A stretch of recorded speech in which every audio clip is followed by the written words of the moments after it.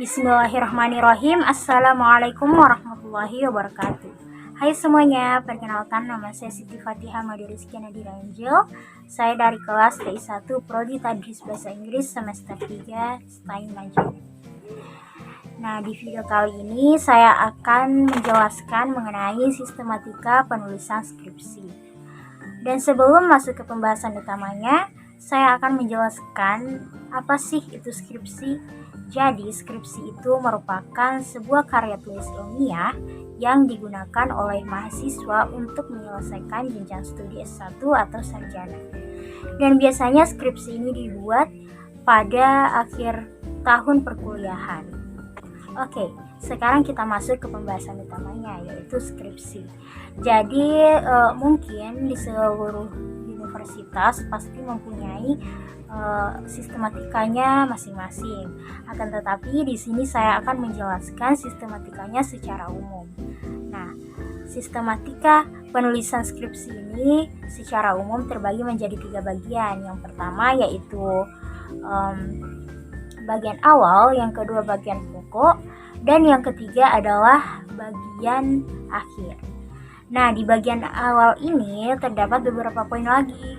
Yang pertama yaitu sampul judul.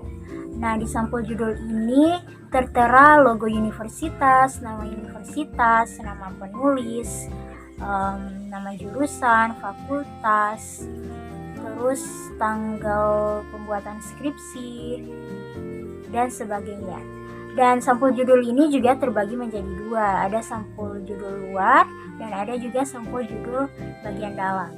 Nah, di sampul judul bagian luar ini itu perbedaannya hanya dicetak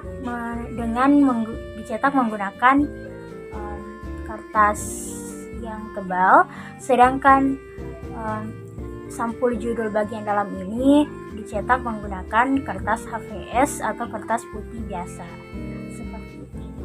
Kemudian yang kedua ada surat persetujuan pembimbing. Pada halaman ini berisi tanggal persetujuan pembimbing untuk diajukan ke ujian beserta dengan tanda tangannya. Dan setelah itu ada surat pengesahan kelulusan. Halaman ini berisi pengesahan dari panitia skripsi, dimulai dari seperti ketua panitia, sekretaris, penguji, dan pembimbing. Dan di halaman paling bawah juga terdapat pengesahan dari dekan fakultas. Dan biasanya surat ini akan dilengkapi ketika skripsinya itu telah selesai dan sudah didaftarkan ke ujian skripsi. Kemudian ada lembar pernyataan. Di lembar pernyataan ini berisi pernyataan penulis mengenai skripsi yang telah dibuat. Selanjutnya ada moto dan persembahan. Dalam moto ini biasanya berisi kalimat-kalimat motivasi dan semangat penulis pada saat penyusunan skripsinya. Dan biasanya terdapat 3-5 kalimat, kalimat-kalimat semboyan atau pedoman yang sesuai dengan objek yang diteliti. Kemudian di halaman persembahan itu biasanya dijelaskan kepada siapa skripsi ini dipersembahkan, bisa kepada orang tua, teman, ataupun kepada orang-orang terdekat yang lainnya. Kemudian selanjutnya ada kata pengantar. Di kata pengantar ini berisi ucapan rasa syukur dan terima kasih kepada pihak-pihak yang telah berkontribusi dalam penyusunan skripsinya, sehingga skripsinya dapat terselesaikan. Kemudian selanjutnya ada abstrak. Abstrak ini biasanya berisi kesimpulan dari keseluruhan skripsi yang telah dibuat. Kemudian biasanya abstrak ini berisi maksimal 250 kata dan abstrak ini terbagi menjadi 2 bahasa, yaitu bahasa Inggris dan bahasa Indonesia. Selanjutnya ada daftar isi. Di daftar isi ini berisi daftar-daftar nomor halaman yang ada pada skripsi. dan biasanya juga ada daftar tabel, diagram, dan gambar. Dalam daftar-daftar ini biasanya dicantumkan nomor-nomor halaman di setiap halaman yang mempunyai tabel, diagram, ataupun gambar. Akan tetapi hal ini bersifat fleksibel. Jadi jika dalam skripsinya itu tidak ada tabel, diagram, atau gambar, itu tidak perlu dicantumkan di dalamnya. Seperti itu. Nah, sekarang kita lanjut ke bagian yang kedua. Bagian yang kedua adalah bagian pokok. Di bagian kedua ini terbagi menjadi 5 bab. Yang pertama adalah bab 1. Bab 1 ini merupakan bagian pendahuluan. Di bab 1 ini berisi latar belakang, rumusan masalah, tujuan, dan manfaat penelitian. Di latar belakang itu berisi ide pokok atau hal-hal apa yang melatar belakangi sehingga peneliti atau penulis memilih untuk meneliti objek yang telah ditentukan. Kemudian rumusan masalah. Rumusan masalah ini merupakan sebuah topik permasalahan yang ingin dianalisis dalam penelitiannya. Selanjutnya ada tujuan penelitian. Tujuan penelitian ini berisi hal-hal apa yang diharapkan untuk didapatkan setelah melakukan penelitiannya tersebut. Kemudian manfaat penelitian. Manfaat penelitian ini berisi manfaat-manfaat yang akan didapatkan ketika penelitian tersebut telah dilakukan. Nah, selanjutnya adalah bab yang kedua. Nah, di bab kedua ini terbagi menjadi 2 bagian, yaitu tinjauan pustaka dan landasan teoritis. Di tinjauan pustaka ini berisi tentang seperti artikel penelitian, jurnal, atau buku yang dijadikan acuan dalam penyusunan atau dalam penelitian. Dan yang kedua yaitu landasan teoritis. Landasan teoritis ini berisi tentang pendapat para ahli dari berbagai sumber yang mendukung penelitian skripsi. Seperti itu. Kemudian selanjutnya adalah bab ketiga. Bab ketiga itu berisi beberapa poin lagi, yaitu yang pertama ada pendekatan penelitian. Pendekatan penelitian ini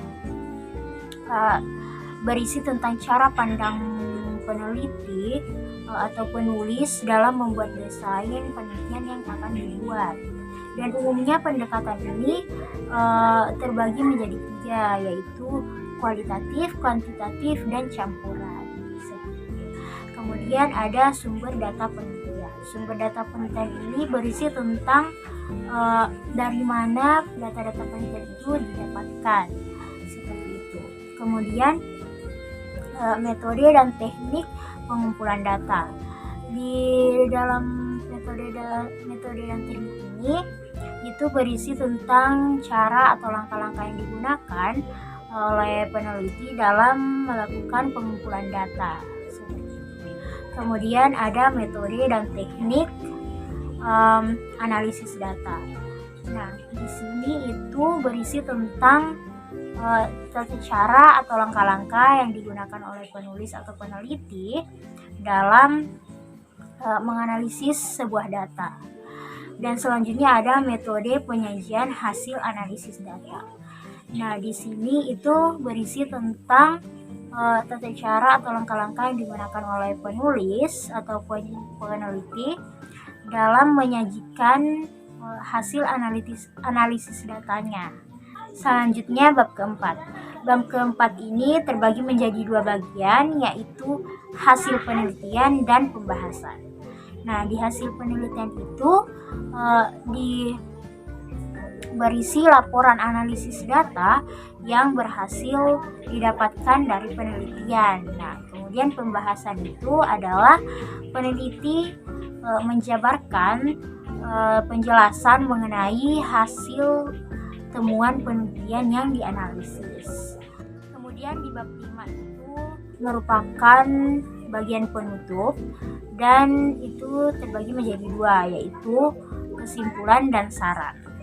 Nah, di kesimpulan itu berisi tentang kesimpulan-kesimpulan yang didapatkan dari hasil penelitian. Kemudian saran itu berisi tentang saran penulis kepada pembaca atau calon peneliti yang akan meneliti objek yang sama di kedepannya. Nah, selanjutnya adalah bagian yang ketiga, yaitu bagian akhir. Nah, di bagian akhir ini terbagi menjadi dua, yaitu daftar pustaka dan lampiran. Nah, daftar pustaka ini berisi tentang daftar sumber atau rujukan yang digunakan dalam penulisan skripsi. Dan cara penulisannya itu berurutan dengan nama akhir, kemudian nama awal, kemudian tahun, judul buku, kota penerbit, seperti itu. Dan masing-masing bagiannya itu dipisahkan menggunakan tanda titik, kecuali kota menggunakan tanda titik 2, dan judul bukunya itu ditulis dengan cetak biru. Kemudian lampiran ini berisi tentang data-data tambahan yang melengkapi skripsi, seperti hasil keseluruhan kuesioner yang dicantumkan dalam sebuah tabel, seperti itu. Nah, mungkin itu saja dari saya, kurang lebihnya mohon dimaafkan. Minallahi musta'an wa alaihi tiklan. Assalamualaikum warahmatullahi wabarakatuh. Bye.